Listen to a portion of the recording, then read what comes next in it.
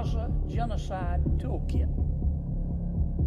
The administration of the New York Public Schools, largest in the country, is sending this out to its teachers and its students and to the world.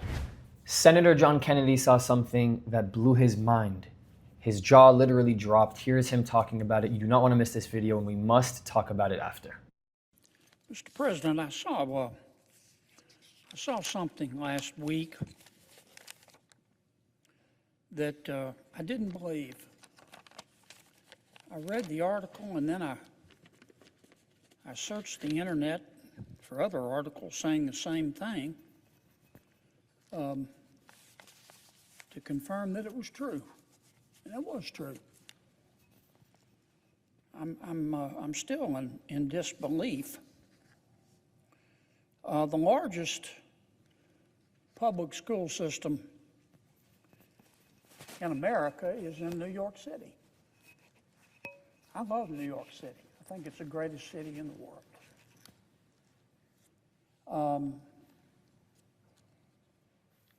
And the New York Public Schools publish a monthly newsletter. It's called, let's see, what's it called? Office of Student Pathways Newsletter.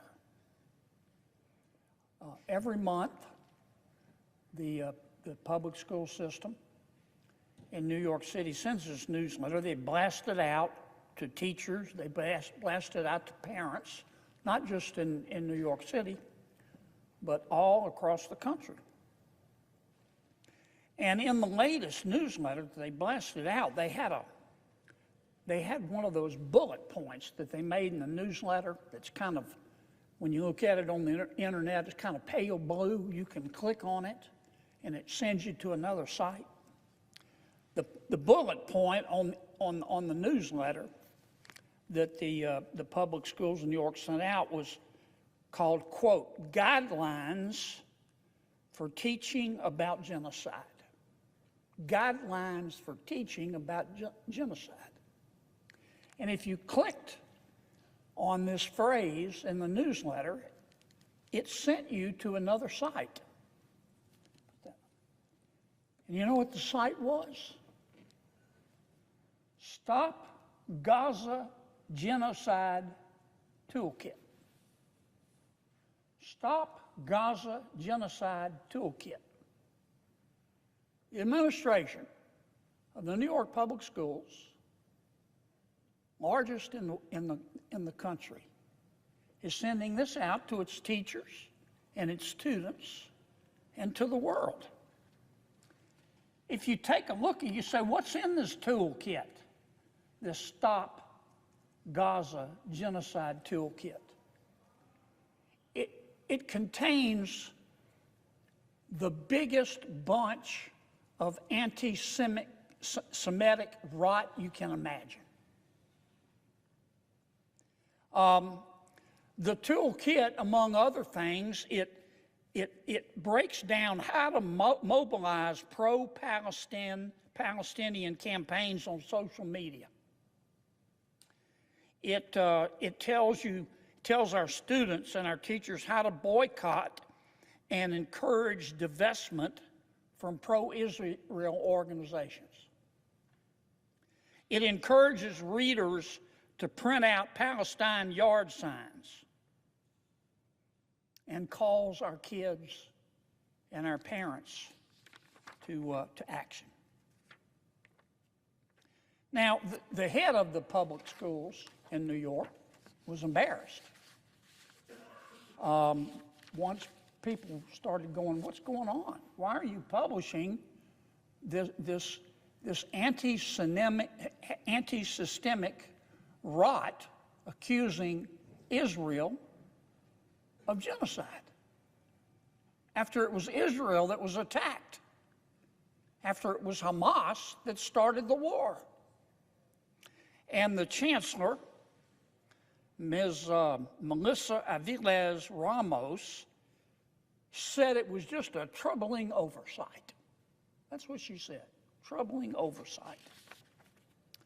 But then the article goes on to say that it's been discovered that a similar version of the toolkit, this oversight, was published in the newsletter in the prior month. It was in the November 2024 newsletter. And that document called on all the teachers and all the students in the New York public schools and everybody else reading the newsletter, called on them to participate in, quote, Rage Week and, quote, resist genocide by mobilizing on Saturday, October 5th for a day of action ahead of the anniversary of Hamas on October 7th, 2023. That was the date of the terrorist attack on Israel, which apparently the administration of the public schools wants to celebrate. Here's what one of the teachers in the public school system said when she discovered this. It is systemic rot. It's systemic rot, said Karen Feldman, an educator of over 26 years who resigned. She resigned. And it should not go unnoticed that in addition to this oversight, we know it wasn't an oversight. I mean, pigs may fly someday, but I doubt it. This wasn't an oversight. Now we find out recently that New York State education officials have rejected President Trump's administration's demand to do away with certain diversity, equity, and inclusion efforts that call for quotas, racial quotas, which are illegal in the United States of America under recent Supreme Court precedent.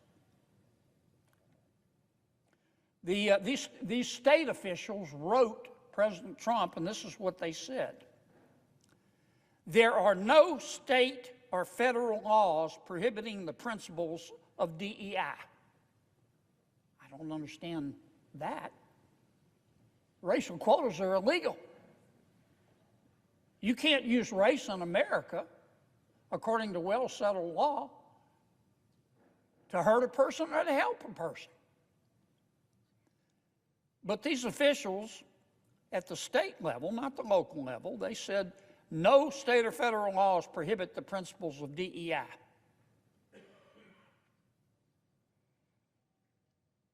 And they said that they are aware of no jurisdiction that the federal government has to withdraw funding. Well, you know what? I hope we find out. I hope we find out. This kind of stuff makes me want to jump out of a moving car. And this is the kind of, in the words of the teacher who resigned, systemic rot,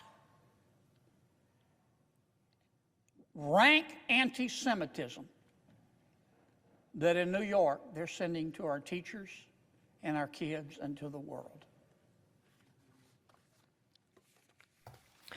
He's 100% right. And by systemic rot, I think he's literally defining the indoctrination process that students are undergoing. And you know what the worst part is if you have these 18-year-olds who go to Columbia, who go to Harvard, who go to Yale, who go to Princeton, you can't deny the fact that some of them have some ego because they've been accepted to the most, quote, prestigious universities in the United States of America. The acceptance rate in these schools are very low. To get in, it does say something about your level of academic intelligence on paper based on grade, GPA, and all the other testing. But when you talk to them about how they rationalize where they make decisions based on human nature in the world, not the book, not the school, not the classroom, but what's happening in the world, you have to ask them why they've developed that opinion. And if you go to a lot of these students now at Columbia and at Yale and at Harvard, they didn't have much to say about Israel-Palestine before October 7th, and they've been students at these schools before October 7th. I find it so telling. I find it so telling that all these encampment protesters are now setting up encampments, but when you go and ask them, when did this whole thing start? They say 70 plus years ago. Where were you, Adam? Last year. You have seniors now, seniors at Columbia, who freshman, sophomore, and junior year didn't say a thing. Didn't say a word, didn't question, didn't have these encampments, didn't have walkouts in schools, didn't try to take over buildings, didn't lock down Jewish students, blockading them, walking across the quad. It's insanity. It's insanity. I'm waiting for somebody to show me a video of a group of Jewish students stopping Muslims from walking to the cafeteria or praying or going to their dorm room or ripping a hijab off their head. At Columbia, at Yale, at Harvard, at any of these universities, please show me the videos. Show me the videos so I can A, condemn it, because I will, and B, you know what? Cut a little bit of slack. I don't think they represent everybody, but holy moly cannoli. This is the level of indoctrination happening at the most prestigious universities, and the worst part is the universities are not stopping it. They're letting it unfold in front of them. And you know why? You know why. We've talked about it 100 times. Because the people paying those universities' bills are the ones who are incentivizing this behavior. And if they stop funding those universities, they don't get as many students. So they have leverage on them. That is why this whole thing is broken to begin with. Thank you so much for all your support. I'll see you next video. If you want to continue the conversation, you can support my work for free. Discord does not cost a thing. It is the best way to connect with me and others who are seeking the truth. The link is in the description. But if you want to take it one step further, my Patreon gives you access to the Israel you don't see, uncovering the untold stories of what mainstream media does not show you. The link is in the description, and it helps me to continue this work. Or if you're just looking to help this thing go, PayPal and Buy Me a Coffee is a really easy way to support me. This channel, this work does not happen without all of you. Thank you. I love you. I'll see you next time.